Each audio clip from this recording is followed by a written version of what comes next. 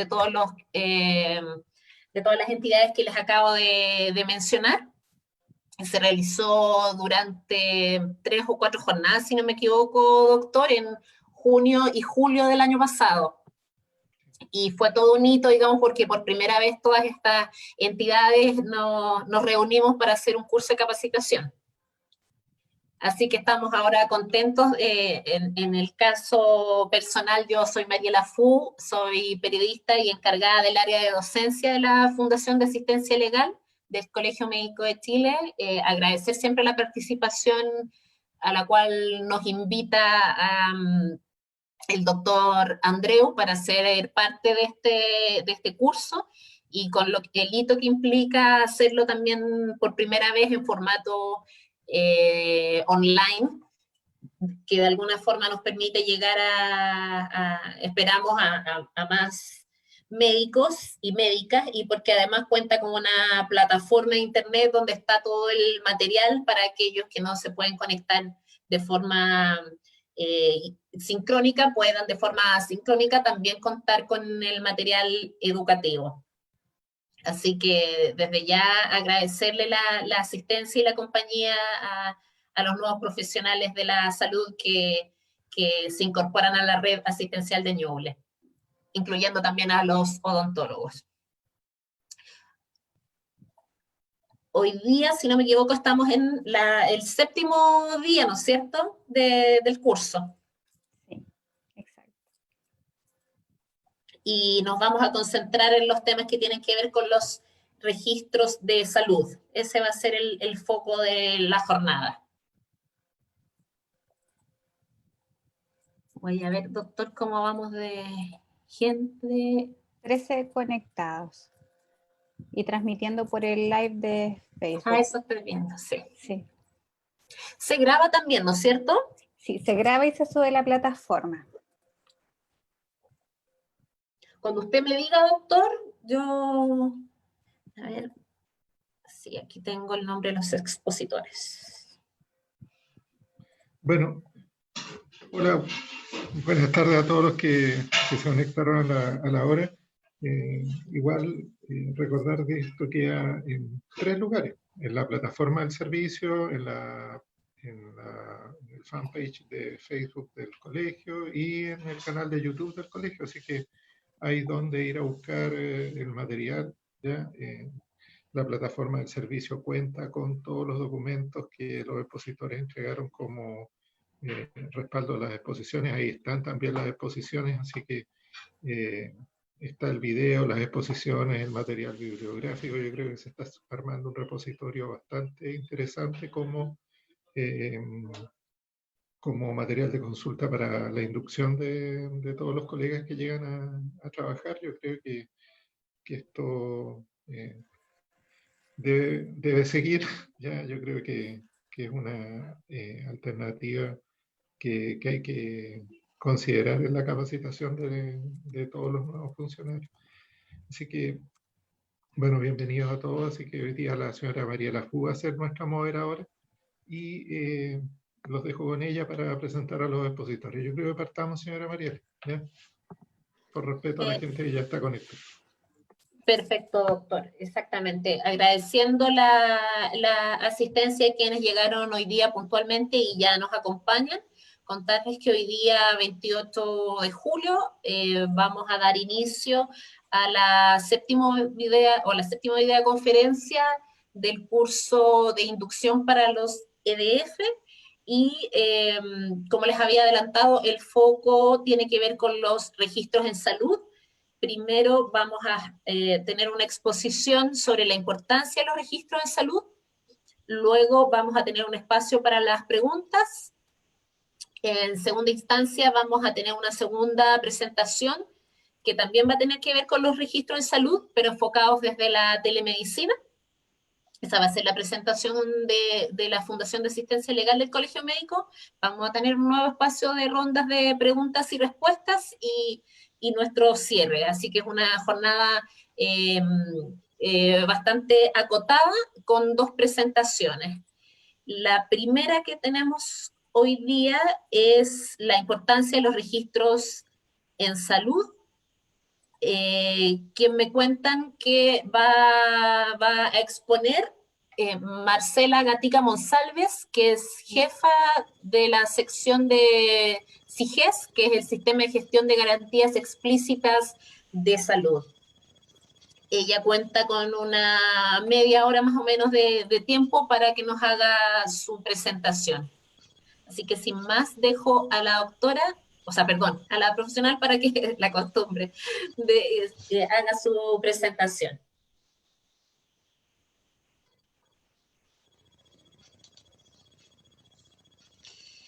Hola, buenas tardes a todos.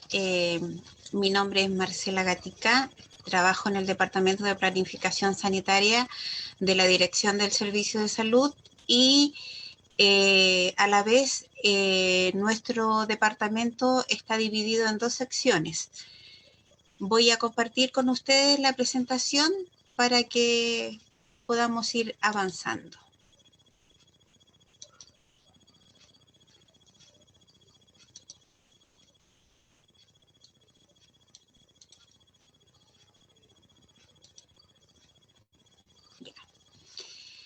Bueno, el Departamento de Planificación Sanitaria, nuestra jefa del departamento es la señora Débora Figueroa Soto. Ella es profesional, lleva más de 30 años en el servicio de salud. Nuestro departamento está ligado directamente con la Subdirección de Gestión Asistencial dentro del organigrama del servicio de salud y nuestro departamento se subdivide en 2 secciones. La sección Estadística y Gestión de la Información, que son los REM, y la jefa de esta sección es María de los Ángeles Sepúlveda Torres, también profesional, y la sección de Registro SIGES, el Sistema de Información de Gestión GES, que como jefa de sección está la persona que habla. Bueno, en instancias de cómo mejorar el registro de información a través, obviamente, de la información oportuna y de calidad.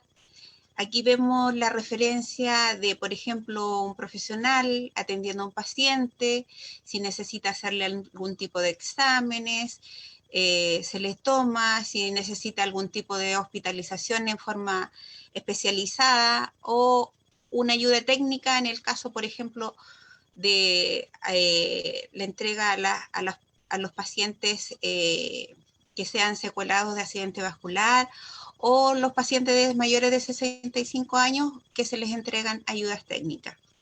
Y esto todo va a la mano del registro para el profesional que está realizando esta atención. Eso significa la hoja diaria o informe diario y a través del sistema RAYEM, ya que la mayoría de los establecimientos cuenta con esta plataforma para poder ir transcribiendo las atenciones que se otorgan a los usuarios. Obviamente, el registro tiene que ser de calidad y también darle una importancia. ¿Qué es el REM en salud?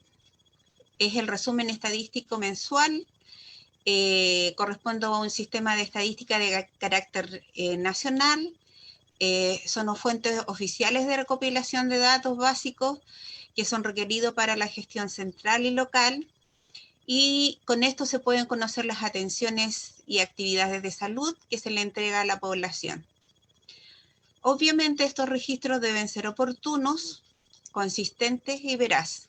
¿Qué significa esto? De que si el profesional está realizando la atención hoy a un usuario, esta atención debe ser iniciada, ya sea en el sistema RAYEM, registrando la atención, si corresponde a una patología GES o no, y a la vez también generando la información para que después pueda ser registrada a través del estadístico en el REM. La información se registra donde se realiza. ¿Qué significa esto? Que si un paciente es atendido, por ejemplo, en el Hospital del Carmen, la información se va a registrar en el mismo establecimiento. Y de esto depende de que si la información no está bien hecha, a través del registro no sirve. Y esto induce errores que pueden incidir en tomar decisiones erróneas, ya que, como les antecedía, son datos básicos que se consultan generalmente para preparar información, ya sea para la dirección del servicio de salud, para proyectos y otras cosas, ya que van referidos en forma directa con las atenciones por parte de los profesionales a los usuarios. Los procesos de gestión de la información en estadística están bajo las entradas, que son las series REM. Cada una de las series obviamente tiene una recepción de archivos con información de los 114 establecimientos de la red de Ñuble en los plazos establecidos, ya que cada mes hay una fecha de corte para ello y esa información tiene que estar revisada y después subida a una plataforma en el DEIS para que pueda obviamente generar información a nivel nacional cada servicio de salud. Los procesos, primero obviamente la revisión, la consolidación, la validación, ya sea a través de los jefes de programa que se entrelazan con el estadístico de cada establecimiento, la carga del sistema local en el REM y también a través del sistema REM dentro del DEIS. Se generan bases de datos, se importan bases de datos al DEIS el día hábil 15 de cada mes. Después, obviamente, se hace un consolidado de los REM por establecimiento y provincias, generando las planillas con información para los asesores referentes de la evaluación de indicadores. Estos asesores generalmente son asesores que trabajan en la DAP, en la Dirección del Servicio de Salud. Y a través también de las salidas, los indicadores obviamente son las fuentes REM, para los IAP, los compromisos de gestión, las metas sanitarias, la glosa 4, el programa de resolutividad, de imágenes diagnósticas, el programa de salud mental, de rehabilitación, el programa odontológico, el programa de vida sana, espacios amigables, equidad rural, dependencia severa, control del niño sano. Todo esto va publicado en una base de datos en la página del DEIS. Es un proceso que se va dando de a poco de nivel local hasta llegar a la fuente de mayor información, que es el DEI. ¿Cuáles son los nodos que se presentan muchas veces en los establecimientos? La entrega de los informes diarios fuera de plazo por parte de los profesionales en algunos de los establecimientos. Obviamente eso provoca también en forma tardía cargar la información y subirla a la base del DEIS. El registro electrónico no está depurado. ¿Por qué? Porque la información no es confiable al extraerla de relleno. Todavía existe mucha incongruencia. ¿Por qué? Porque muchas veces el profesional, cuando está realizando el registro de la atención otorgada al usuario, en muchas ocasiones puede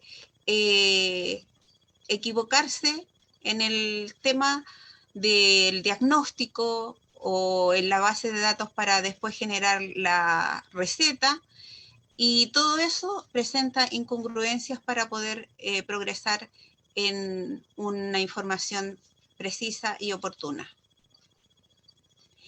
Acá tenemos la página del DEIS, donde ustedes también pueden ingresar. Esta página tiene indicadores, tiene información, donde ustedes también las pueden sacar en forma expedita y pública, por llamarlo de alguna manera. Y si necesitan alguna información específica, porque cada estadístico o referente de estadística de los establecimientos tiene una clave, obviamente, para ingresar la información que ellos tienen que cargar al sistema. La página del DEIS obviamente tiene publicaciones de información de estadística de salud de todo el país. También se puede obtener por región, se puede obtener por comunas, establecimientos y por los diferentes programas de salud que antes señalábamos. El acceso, como les contaba, a la página es pública, no tiene restricción, pero si requieren ustedes mayor información, obviamente deben solicitar clave en la página del DEIS. En la parte anterior había un acceso para poder solicitarlo. El resumen estadístico mensual depende de las series, están señaladas, se trabajan en archivos Excel. Cada serie tiene una cantidad de formularios que se deben llenar y estos obviamente lo llena el profesional. Son también revisados por el jefe de cada programa en los establecimientos antes de llegar a manos del estadístico o del referente de estadística. ¿Por qué? Porque es importante de que el jefe de programa se involucre también en la revisión de la información que se está entregando a diario por parte de cada profesional. Los establecimientos dentro de la región de Ñuble tenemos 2 hospitales autogestionados, 5 hospitales comunitarios de salud familiar, 29 CEFAM, hay 9 SECOF, un CGR, que es Pueblo Seco, tenemos 2 SAR, 5 SAPU, 54 postas, el PRAIS, la clínica de rehabilitación móvil, hay 2 en este momento funcionando, son 3 COSAN, el COSAN de San Carlos, COSAN Ñuble y COSAN Chillán. Y el dispositivo de salud mental, que depende de la dirección del servicio. En total son 114 establecimientos desde donde se recibe la información para consolidarla como servicio de salud de la región. Dentro de los sistemas de estadísticas hospitalarias, en el DEIS, cada funcionario, ya sea de los hospitales autogestionados o los hospitales comunitarios, ellos ingresan información a través del REN 20 y también los egresos hospitalarios, en el sentido de que esta información pueda estar lo más actualizada posible para poder obtener información y con ello también trabajar y seguir proyectando alguna información específica que soliciten los establecimientos. Acá está la exportación o monitoreo de las bases de datos de egresos hospitalarios y el REN 20. Cada establecimiento obviamente tiene, como les decía, un funcionario que puede ingresar a la página del DEIS y registrar tanto la información o subir la información del REN 20 más los egresos hospitalarios. Eso se trabaja a diario para que obviamente se pueda obtener una información más precisa y oportuna. Dentro de las otras actividades que realiza la sección REM, trabajan en conjunto en el CONGES número 22. También ven la parte de las actividades de las PPB, que son el programa de prestaciones valoradas, el sistema de RNI, que es el Registro Nacional de Inmunizaciones, donde ahí obviamente cada establecimiento bajo un funcionario específico va registrando las vacunas que se van dando dentro de cada establecimiento, el sistema de atención de urgencias del DEIS, el monitoreo del sistema RAYEN versus las series del REM para compararlos y obviamente verificar que los datos sean transparentes y fidedignos a lo que el estadístico está informando. Estadísticas vitales, que son los nacimientos y mortalidad. Envío diario de disponibilidad de camas de los hospitales de la red al hospital de Chillán y turnos médicos desde el hospital de Chillán hacia los hospitales comunitarios.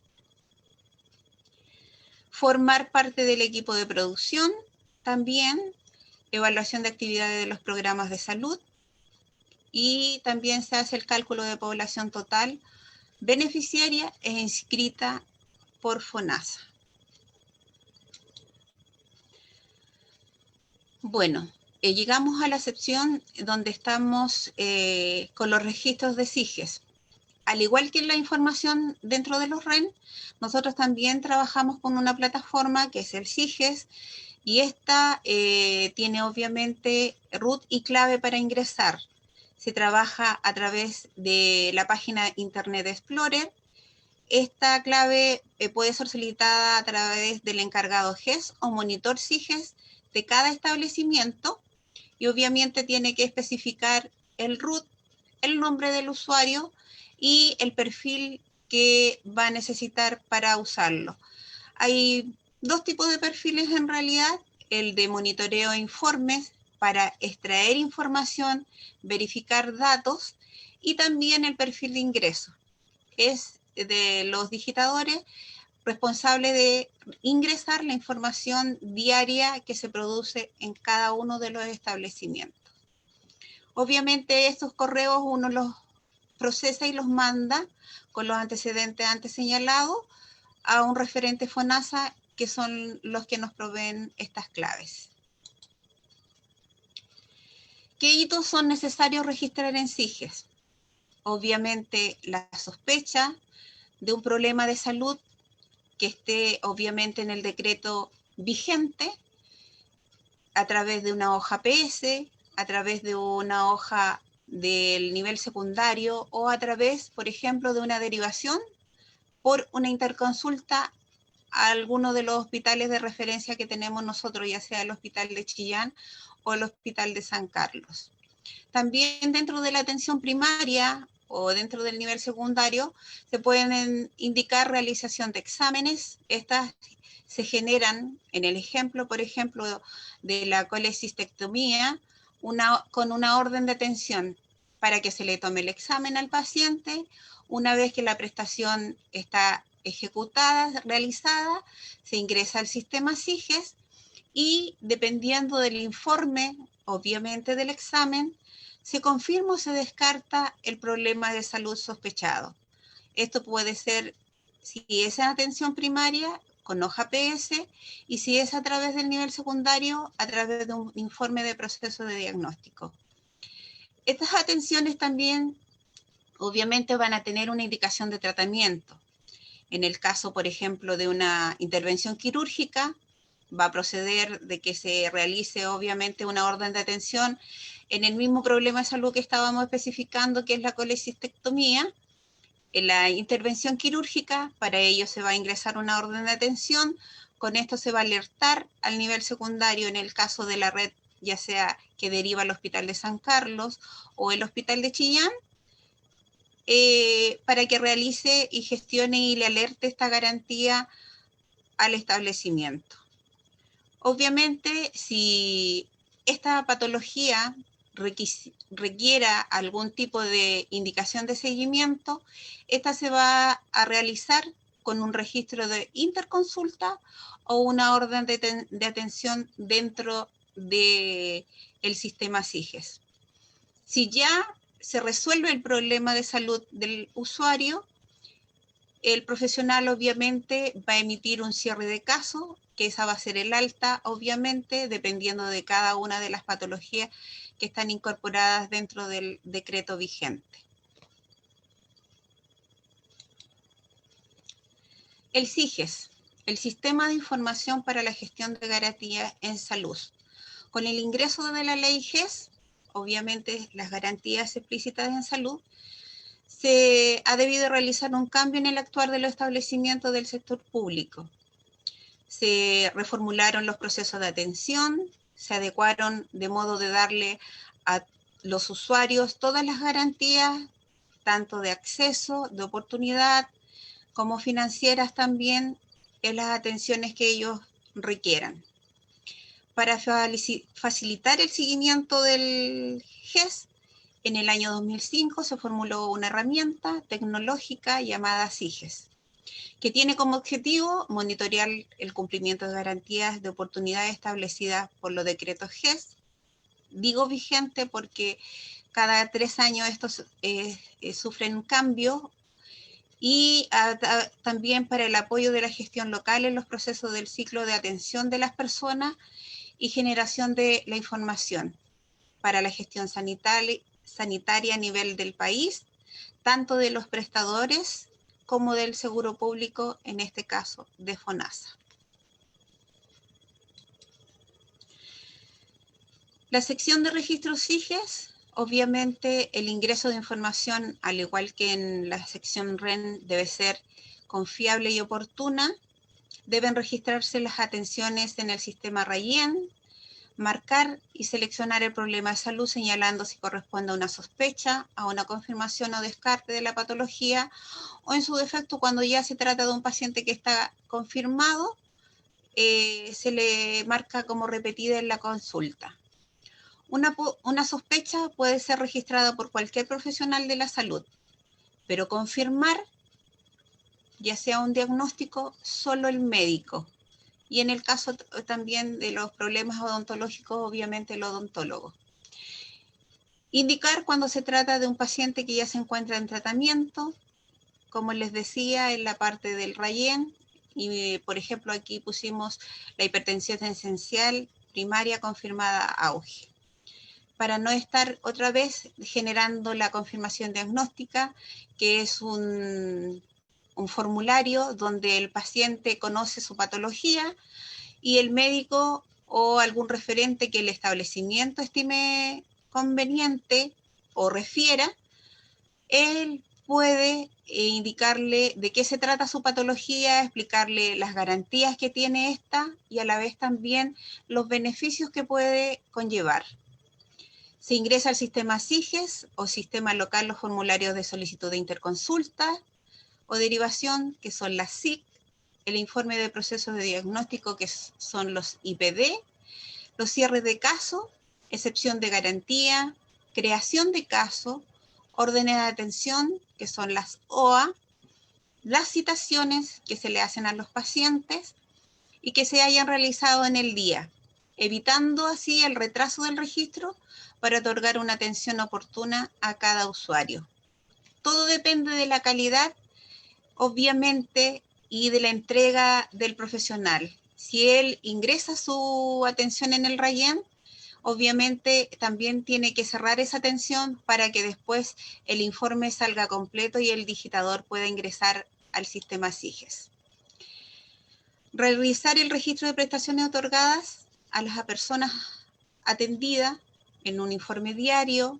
Esto se refiere a la entrega de medicamentos a través de la farmacia de cada uno de los establecimientos de salud, entregar la información a Monitor SIGES para que sea digitada en el mismo día o al día siguiente, por las prestaciones trazadoras realizadas a los pacientes auge, colaborar con el encargado GES, con Monitor SIGES y digitadores para entregar la información de los diferentes servicios por atenciones y procedimientos realizados. ¿Qué significa esto? De que en muchas ocasiones en el hospital de Chillán o en el hospital de San Carlos se trabaja a través de los servicios de medicina, el servicio quirúrgico y el servicio de urgencia, y esos servicios deben hacer llegar esta información a la oficina GES para que se pueda ingresar oportunamente en SIGES y así evitar también el retraso de alertas o atenciones que se le tengan que dar a los usuarios. Establecer y mantener como protocolo para evidenciar las causales de excepción de garantía o cierre de caso según la normativa vigente.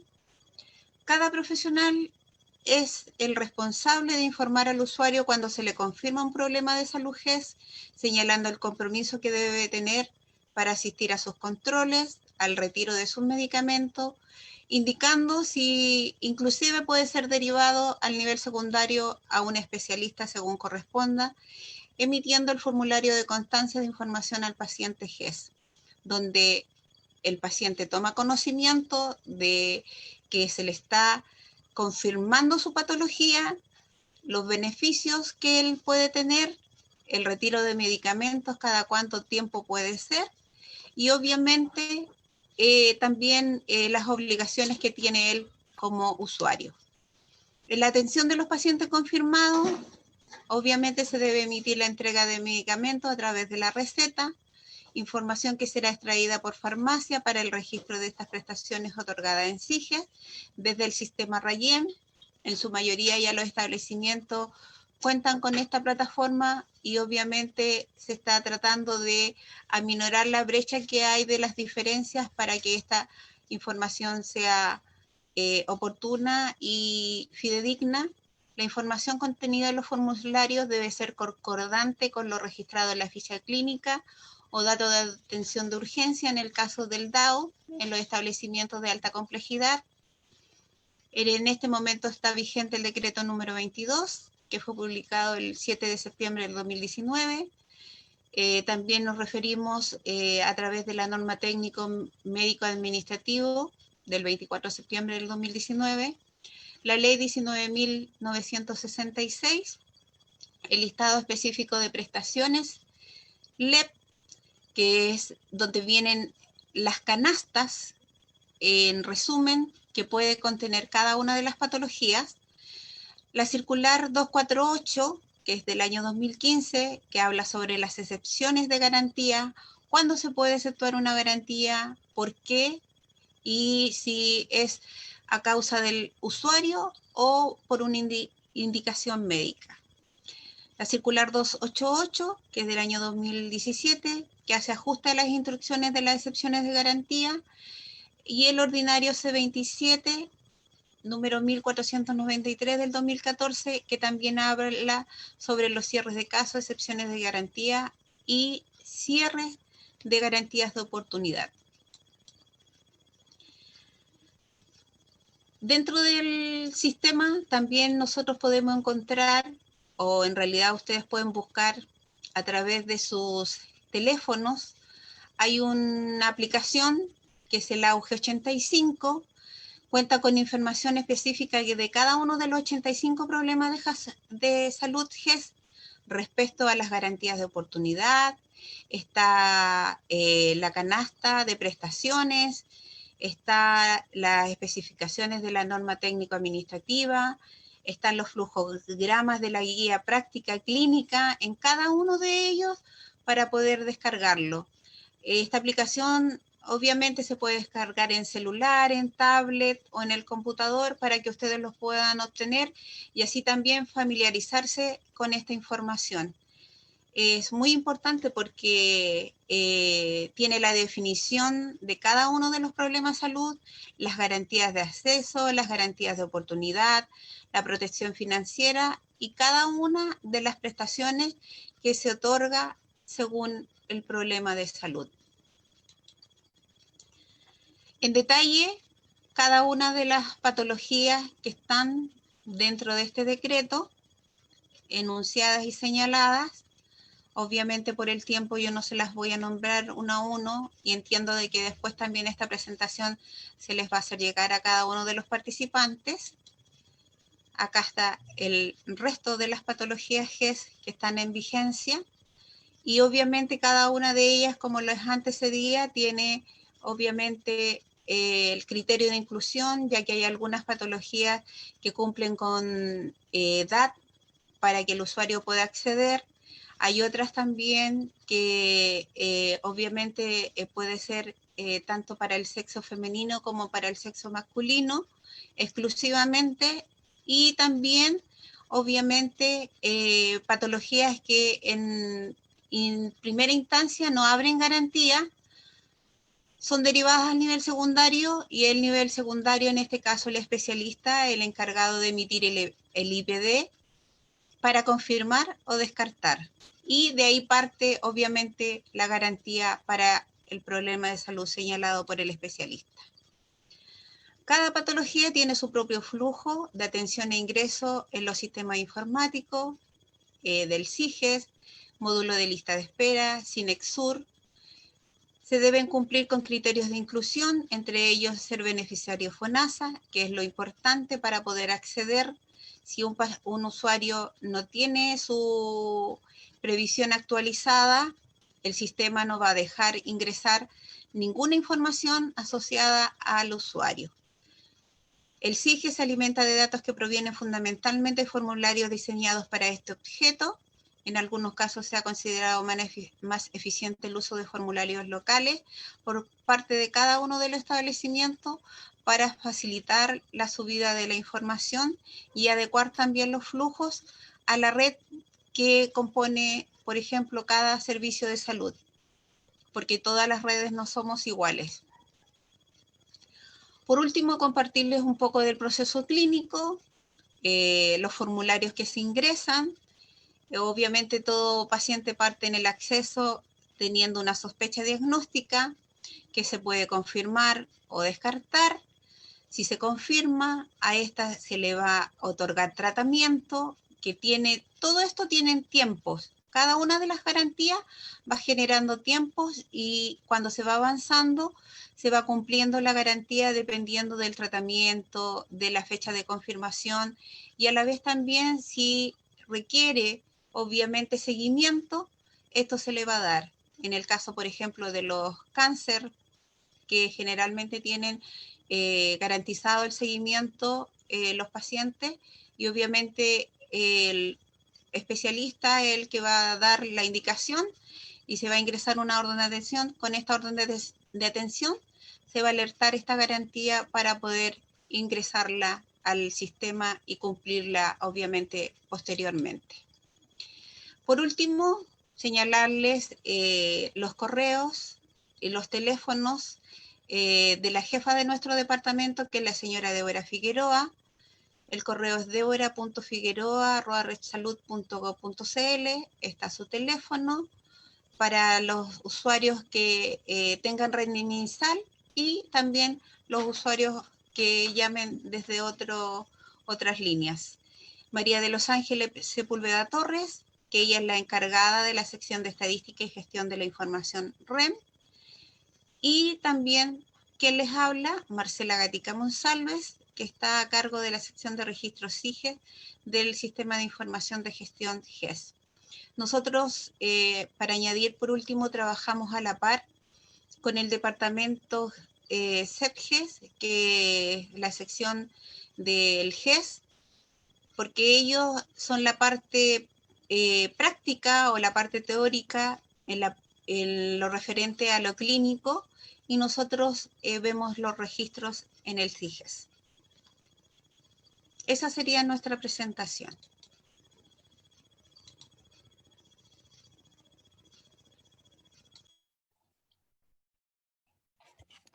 Muchas gracias a la señora Marcela Gatica Monsalves.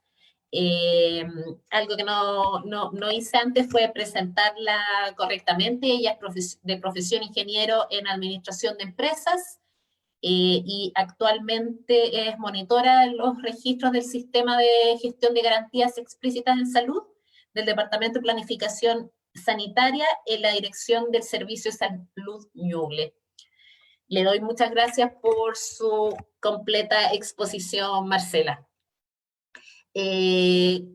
Voy a ver, hay una pregunta en el chat, se la voy a leer para ver si nos puede ayudar con la respuesta. Nos consultan, ¿podrían repetir y especificar un poco de que no todas las patologías incluidas en el GES involucra que se cumple el GES en todas las situaciones? Sospecha, confirmación diagnóstica, tratamiento o cirugía, para que así evitar este problema con las interconsultas. Esa es una consulta o un comentario que recibimos en el chat. Ya. Marcela, por favor. En muchas ocasiones, bueno, dentro de los 85 problemas de salud, hay algunos que no abren garantía en forma inmediata. ¿Qué significa? Por ejemplo, un paciente va al nivel primario y, por ejemplo, le diagnostican hipertensión. Eso parte dentro de la atención primaria.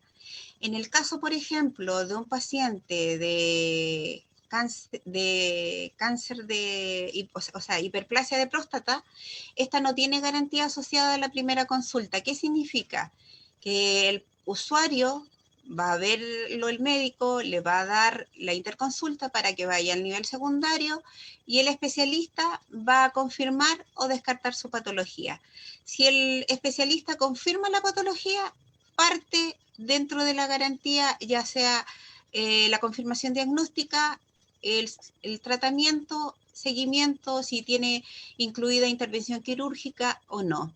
A eso se refiere cuando uno habla de que no todas las patologías están incluidas en el GES desde un principio o desde un comienzo. Hay algunas patologías que no tienen garantía asociada a la primera consulta. Nosotros también nos manejamos a través de un mapa de derivación que cada uno de los establecimientos tiene a través del equipo GES, que lo conforma un encargado GES, que tiene que ser del área clínica, un monitor de registro SIGES, que es el que valida la información para ingresarla al sistema, y un digitador o digitadores dependiendo de la cantidad de población, obviamente, y de la cantidad de información que genere el establecimiento. Muchas gracias, Marcela, por la completa respuesta y por la aclaración. Es la única consulta que veo en el chat. Tenemos conectados ya 24 participantes. No sé si alguien quiere aprovechar en este momento para hacer alguna consulta de la presente exposición.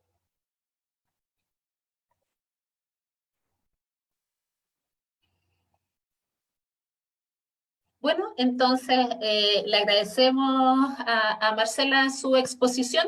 Muchas gracias. Y con eso entonces ya estamos con la primera presentación de la 7ª jornada del curso de Ñuble. Y damos paso a la Tenemos otra pregunta. Ah, ¿llegó algo más? Disculpen. No la veo yo. A ver, aquí. Yo acá la estoy viendo, es que dice de cómo ¿Estará más se arriba? puede acceder a los registros REN de mi centro sin pasar por estadística como jefe de programa. En mi servicio de salud antiguo podíamos ir evaluando los REN desde la página web del servicio de salud. En realidad, cada establecimiento tiene un referente de estadística y a la vez también los profesionales, en este caso jefes de programa, pueden obviamente ingresar a la página del DEIS para revisar la información que ahí se está subiendo. Si requieren una información específica, obviamente tienen que acceder para conseguir la clave en la misma página del DEIS. En la presentación está donde deben ir y pinchar el link, por decirlo, para que puedan obtener la información específica de cada uno de sus establecimientos.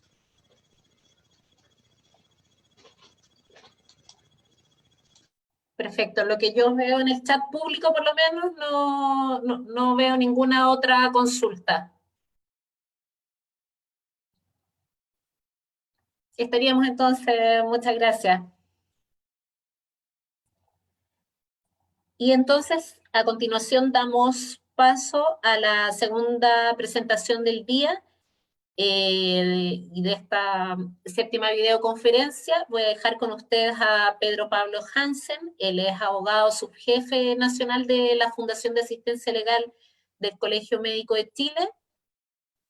Es jefe de la Unidad de Derecho Civil, licenciado en Ciencias Jurídicas y Sociales de la Universidad Diego Portales, y tiene un magíster en Derecho Privado de la Universidad de Chile.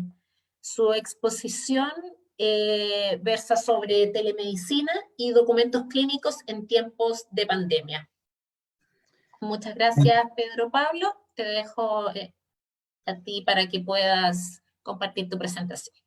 Gracias, muchas gracias, buenas noches. Y vamos a hablar sobre el tema respecto de la necesidad de hacer registros, o sea, o por qué se hacen registros, y qué relevancia tiene esto en tiempos de pandemia, básicamente con el uso incluso de la telemedicina.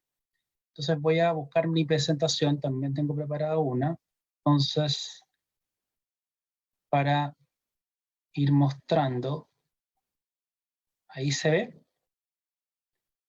y dame un segundo. Se ve perfecto. Ahí se ve perfecto, ¿no? Sí. Ya.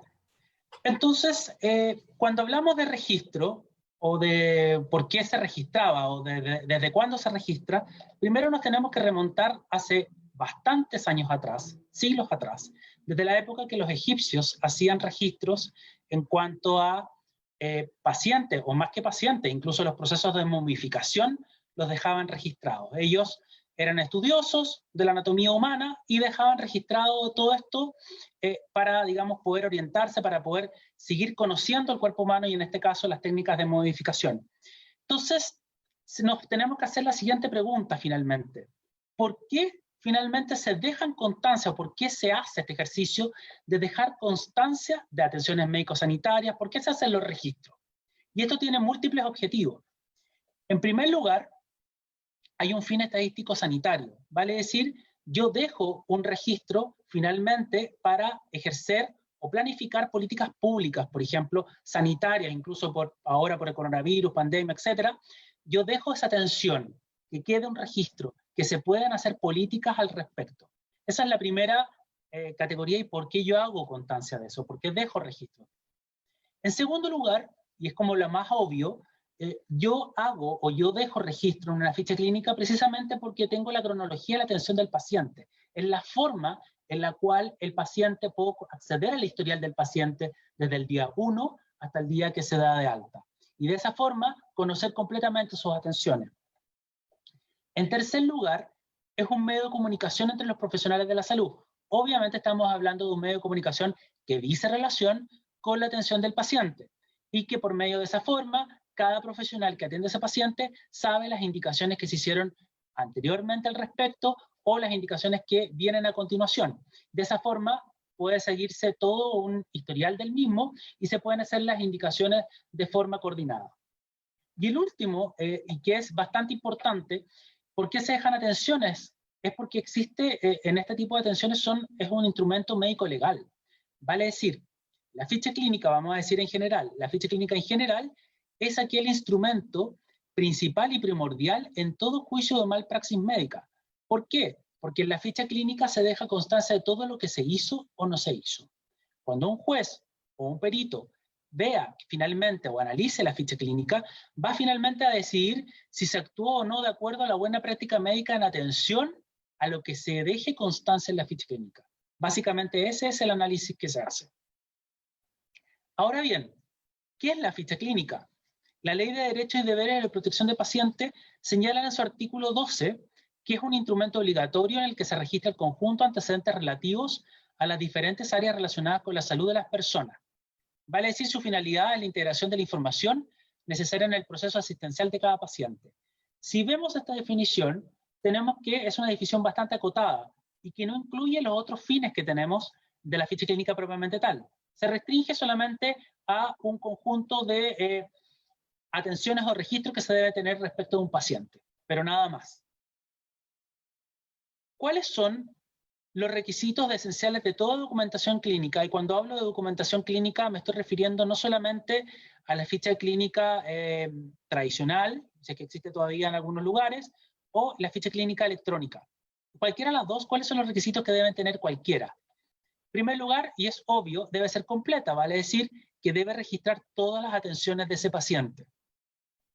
Debe ser ordenada y actualizada, vale decir que debe ser cronológica y que debe dar cuenta efectivamente de las últimas atenciones que se le han hecho a ese paciente.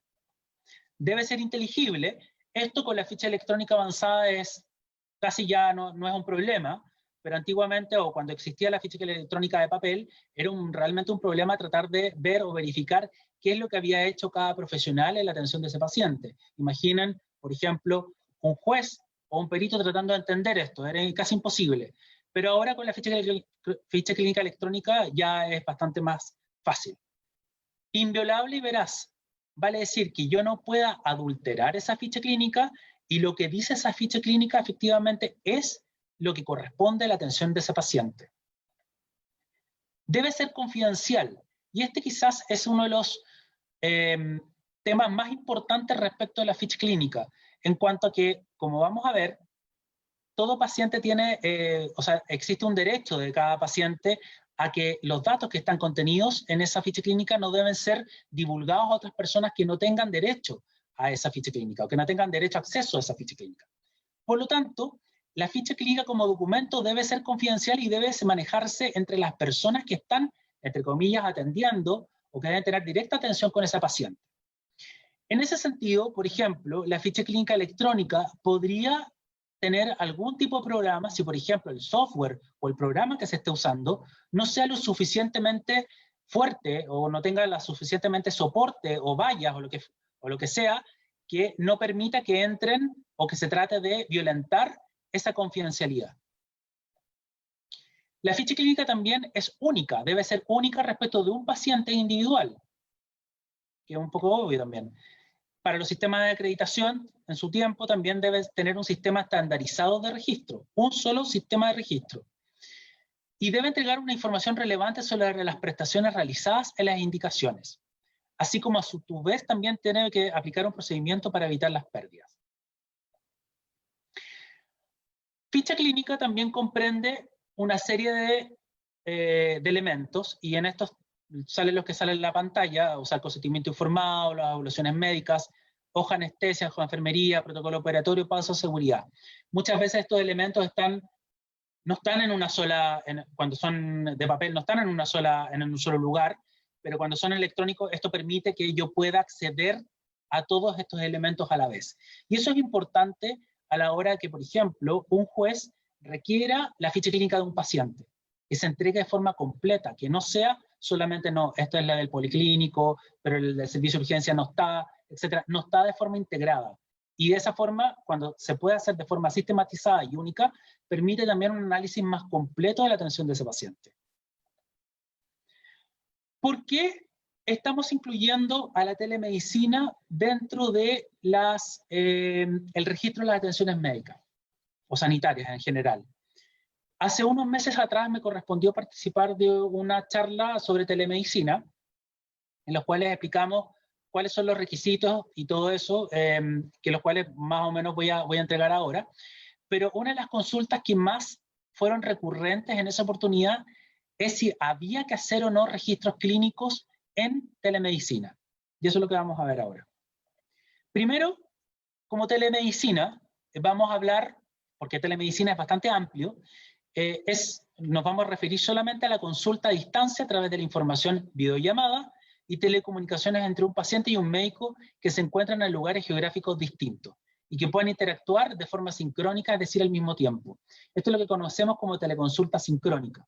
Vale decir, paciente, médico a la vez, con una videollamada que se están tratando. Esta telemedicina, como la conocemos en ese contexto, no tiene un respaldo médico legal sistematizado, ni mucho menos. Solamente tenemos una norma técnica de FONASA, que es la resolución exenta 277, que fue recientemente modificada, especialmente en tiempos para regular la telemedicina en tiempos de COVID. Y a propósito de la pandemia, en realidad se fue regulando más al respecto. Las ISAPRES han valorizado también las atenciones que se deben hacer en telemedicina, pero no hay no existe una norma propiamente tal que nos diga cómo se debe hacer finalmente la telemedicina. Sí existen recomendaciones como la Guía de Buenas Prácticas y Recomendaciones de la CENS, que es el Centro Nacional de Sistema de Información de Salud. Pero sí, supletoriamente podemos decir que a la telemedicina, como atención médica o sanitaria cualquiera, le es aplicable la Ley de Derechos y Deberes de los Pacientes y le es aplicable también la Ley de Protección de Datos Personales. Por lo tanto, la atención que se debe tener con ese paciente debe ser muy cuidadosa, que esa atención o esos datos no vayan a ser divulgados a terceros o a los no interesados. ¿Qué tipo de atenciones yo puedo hacer mediante telemedicina? En realidad está desde la medicina general en adelante, o sea, son todo tipo de especialidades, no es necesario. Y recordemos también que la telemedicina al principio surge como un apoyo ante la falta de especialistas, en lugares en los cuales no pueden tener acceso. Por lo tanto, se puede utilizar. ¿Y qué documentos, o existe la posibilidad de hacer documentos acá en telemedicina? Sí, y son necesarios, la verdad. Porque finalmente ustedes van a estar atendiendo a alguien en los cuales no van a estar posibilitados, en primer lugar, de poder hacerle un examen físico. van a atenderlo, así me van a ver como me están viendo en este momento a mí, y en realidad no van a tener otra posibilidad de poder, más allá de lo que les diga el paciente en ese momento, de poder examinarlo y también de evaluar obviamente los exámenes que a lo mejor en línea les podrá mostrar. Por lo tanto, el primer documento, que es muy importante, que es previo a la atención, es el consentimiento informado. Debe existir, y en Falmet de hecho hemos creado un consentimiento informado específico para telemedicina. Debe hacerse un consentimiento informado previo a la atención del paciente, que en ese consentimiento informado básicamente el paciente debe estar, valga la redundancia, informado al menos de 3 aspectos.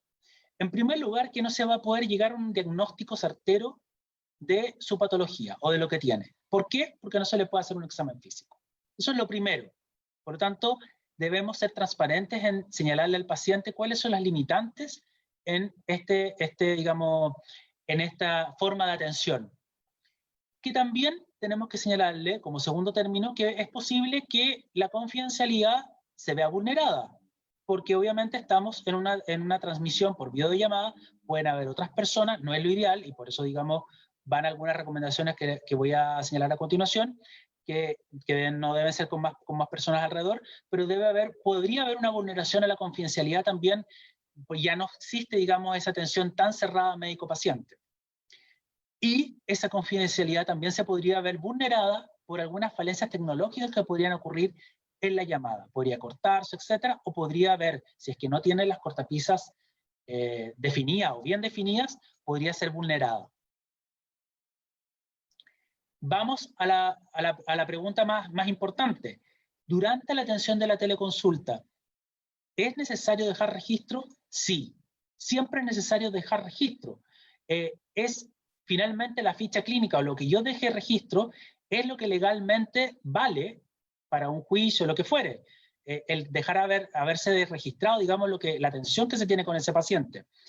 Independientemente, yo a lo mejor podría grabar esa videollamada siempre y cuando tuviera el consentimiento también del paciente.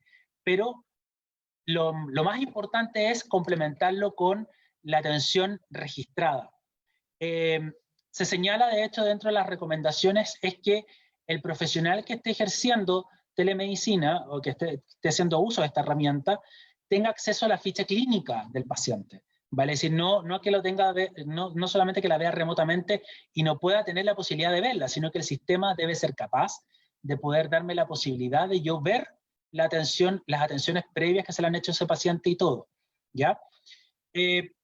Por lo tanto, siempre se debe hacer un registro de la atención, siempre se sigue siendo garante respecto de las obligaciones que yo tengo respecto a las atenciones que yo le hago. En este caso, son 15 años para el prestador de custodiar esa ficha clínica. Y esto permitiría, digamos, respaldar la historia clínica del paciente más allá de la consulta en particular. Y como ya bien les digo, al ser un instrumento médico legal, debe hacerse. Al finalizar la atención, en la telemedicina y los documentos clínicos tenemos 2 problemas. O sea, en realidad es un problema y el otro no es tanto el problema. En cuanto a las licencias médicas, podemos decir que estas se pueden emitir cerca del 70 o 80% de las licencias que se emiten en este país son de forma electrónica. Por lo tanto, no habría ningún problema en continuar de esa forma. Pero en cuanto a las recetas, ahí tenemos un problema, por cuanto las recetas simples tampoco revisten mayor complejidad. El médico podría hacerla, incluso las farmacias las aceptan ya sea con una foto o un WhatsApp que se le envíe, y en ese sentido no tendría mayor problema el paciente en cuanto a la emisión de la receta. Pero el problema son las recetas retenidas. En primer lugar, porque la receta retenida exige que sea de puño y letra del paciente, perdón, del médico, del profesional. En segundo lugar, se ha dicho que, por ejemplo, esto podría suplirse con una firma electrónica avanzada. Pero para yo implementar, en primer lugar, una firma electrónica avanzada que realmente funcione, no basta con enviarle el documento con firma electrónica avanzada al paciente, porque este podría imprimirlo infinidad de veces. Para que sea y funcione la firma electrónica avanzada, lo que debe hacerse es que se debe crear un sistema integrado por medio del cual el profesional emite esa receta, donde va a un centro, digamos, donde se recopilan todas esas recetas, Y el paciente después con su carnet de identidad puede concurrir a cualquier farmacia y con eso puede obtener el medicamento en sí. El paciente no tiene materialmente el documento de la receta, sino que pasa internamente. Y eso hoy en día no existe. Se ha abogado mucho por la implementación de este sistema, pero actualmente no existe.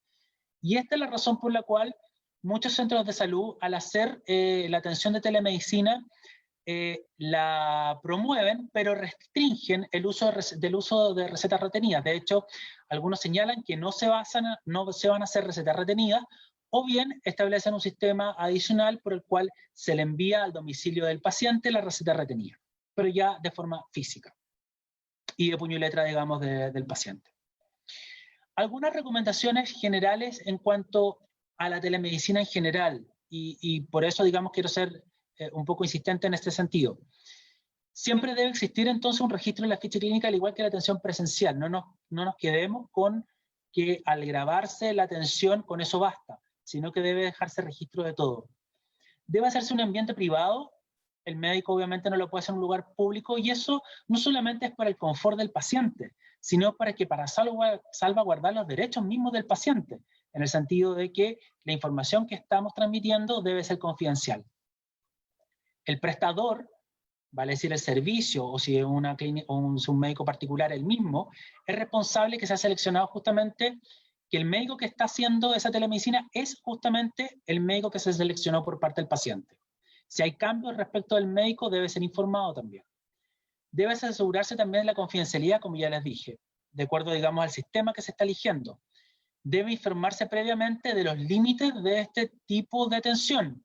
Por eso es súper importante, de hecho, el consentimiento informado previo. Este consentimiento informado previo, como yo me aseguro, por ejemplo, de que el paciente lo haya, entre comillas, firmado, bastaría, por ejemplo, con enviársele previamente al paciente, que el paciente lo devuelva, que ya tomó conocimiento, o al iniciar la teleconsulta, de hecho, ya preguntarle y grabar a lo mejor esa parte diciéndole, usted leyó el consentimiento informado, y ahí queda un registro de que efectivamente el paciente accede a las condiciones en las cuales se va a dar ese tipo de atención.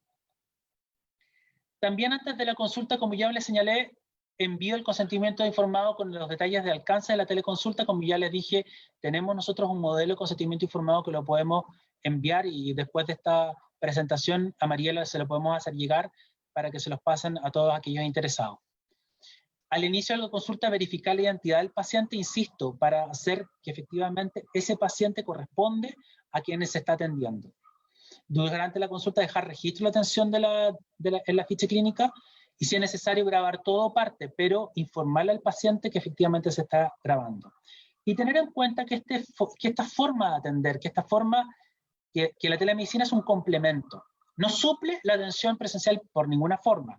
Es muy probable que la sigamos atendiendo por mucho tiempo, o se siga implementando por mucho tiempo, y yo creo que llegó para quedarse, pero sin embargo es un complemento, y señalarle muy bien al paciente que ante cualquier cambio de sintomatología debe consultar nuevamente o al servicio de urgencia respectivo o a un médico, pero de forma presencial. Como conclusión, en este sentido, y respecto a los registros clínicos, pero con telemedicina, la telemedicina es considerada tanto como la interconsulta entre profesionales o teleconsulta sincrónica, es una herramienta fundamental. Ha sido a lo largo del tiempo, desde hace mucho tiempo, de la década de los 60, pero hoy en día yo creo que con el tema del COVID ha sido absolutamente desarrollada de forma exponencial. No debe de olvidarse el registro en todas las etapas de la atención.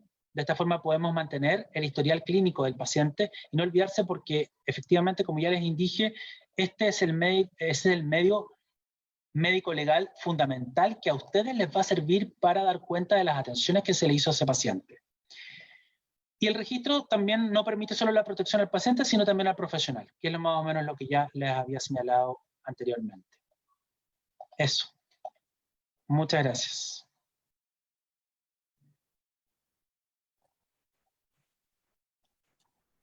Muchas gracias por tu presentación, Pedro Pablo. Estuvimos muy atentos, así que creemos que es un súper momento durante la pandemia que el curso también haya introducido este tema sobre la telemedicina. habíamos tenido en la primera presentación del curso un tema donde se relataban un poco la experiencia de la región respecto a esta ocupación, pero no habíamos visto los aspectos legales y ciertos cuidados que hay que tener para conservar también la privacidad y el tema del consentimiento informado. Y me consta desde la experiencia que tenemos en la Fundación que el tema de la telemedicina es algo que están consultando mucho, y que provoca harto interés por parte de los profesionales de la salud. Así que muchas gracias, Pedro Pablo. No. Yo no sé si me gustaría dejarle algún tiempo, si alguien se anima a hacernos alguna consulta a través del chat. Recordarles que tienen la posibilidad de hacerlo, pueden escribirlo y la podemos leer en público aprovechando que está el abogado subjefe, o si quieren complementar con otra o profundizar en algún aspecto de la presentación que nos acaba de hacer Pedro Pablo.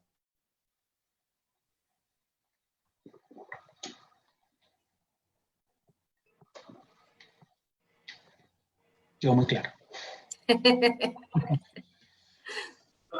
El doctor va a hacer algún comentario, alguna pregunta.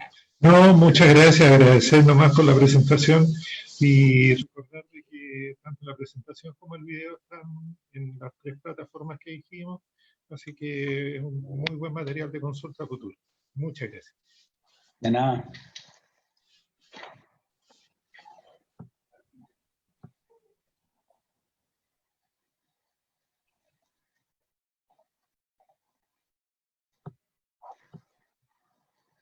Sí, la verdad que yo no veo consultas, no sé si alguien, o de forma privada, Pedro Pablo, te hubiese llegado alguna consulta. No, nada. Solo te iba a preguntar, Pedro Pablo, si el tema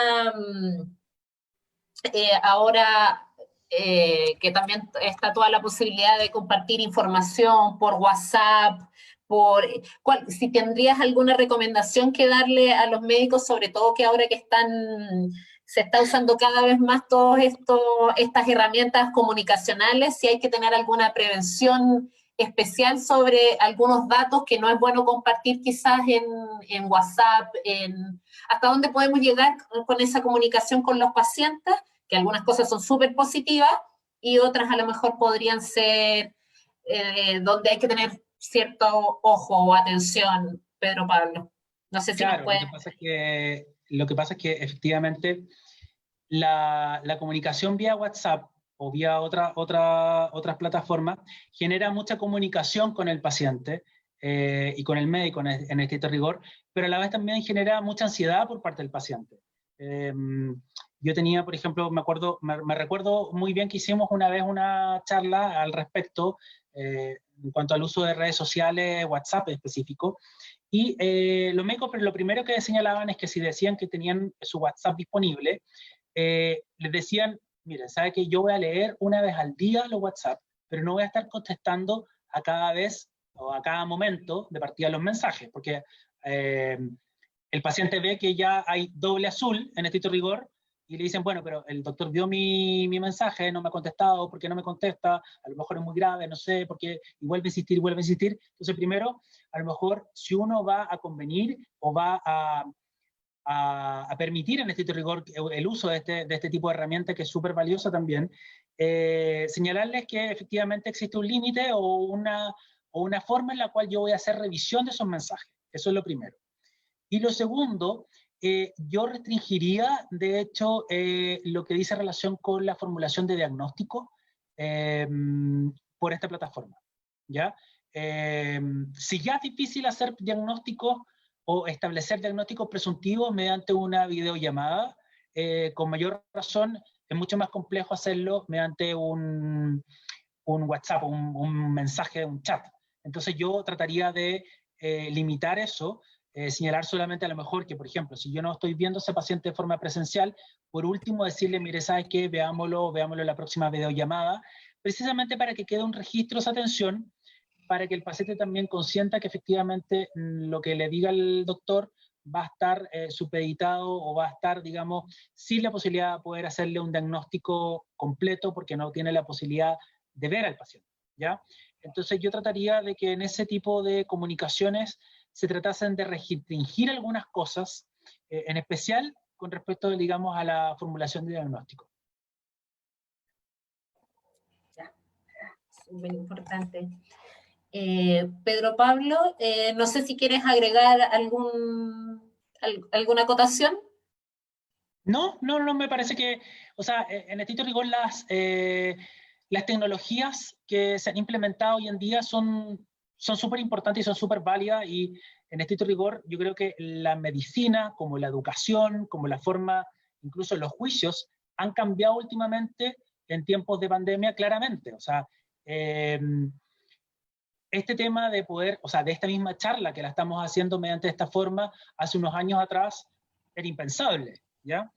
Es una buena herramienta, pero tenemos que usarla de forma adecuada. Básicamente eso es lo único que yo podría acotar al final.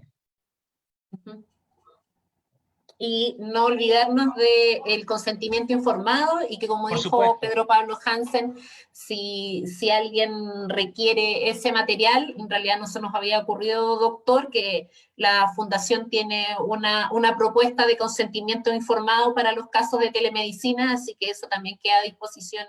Es una propuesta, nunca es como ni una imposición de cómo tiene que ser el consentimiento. Por supuesto lo tienen que trabajar. La Fundación siempre está con la disposición de poder asesorar en estos temas, pero hay una propuesta más o menos estructurada si es que alguien la quisiera conocer.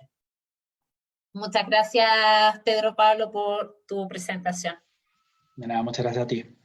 Y a ustedes, en realidad, a todos. Gracias, señora Mariela. Yo creo que lo que queda ahora es cerrar y esperarlos el próximo jueves que cerramos el curso de inducción. Eso.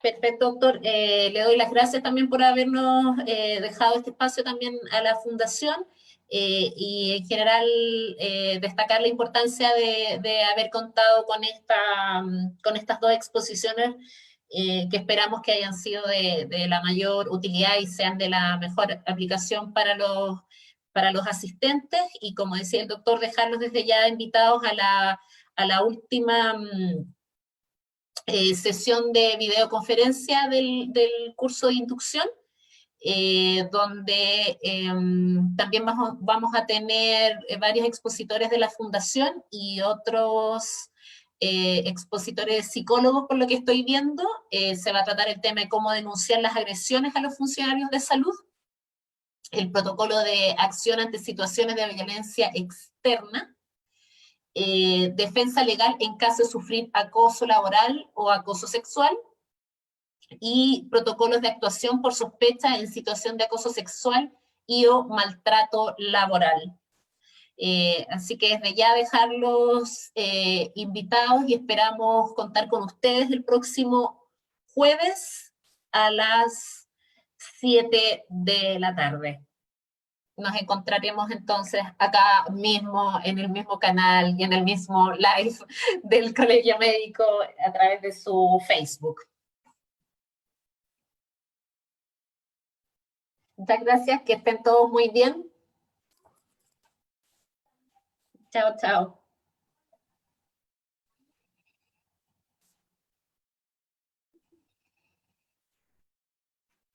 Muchas gracias, Mariela.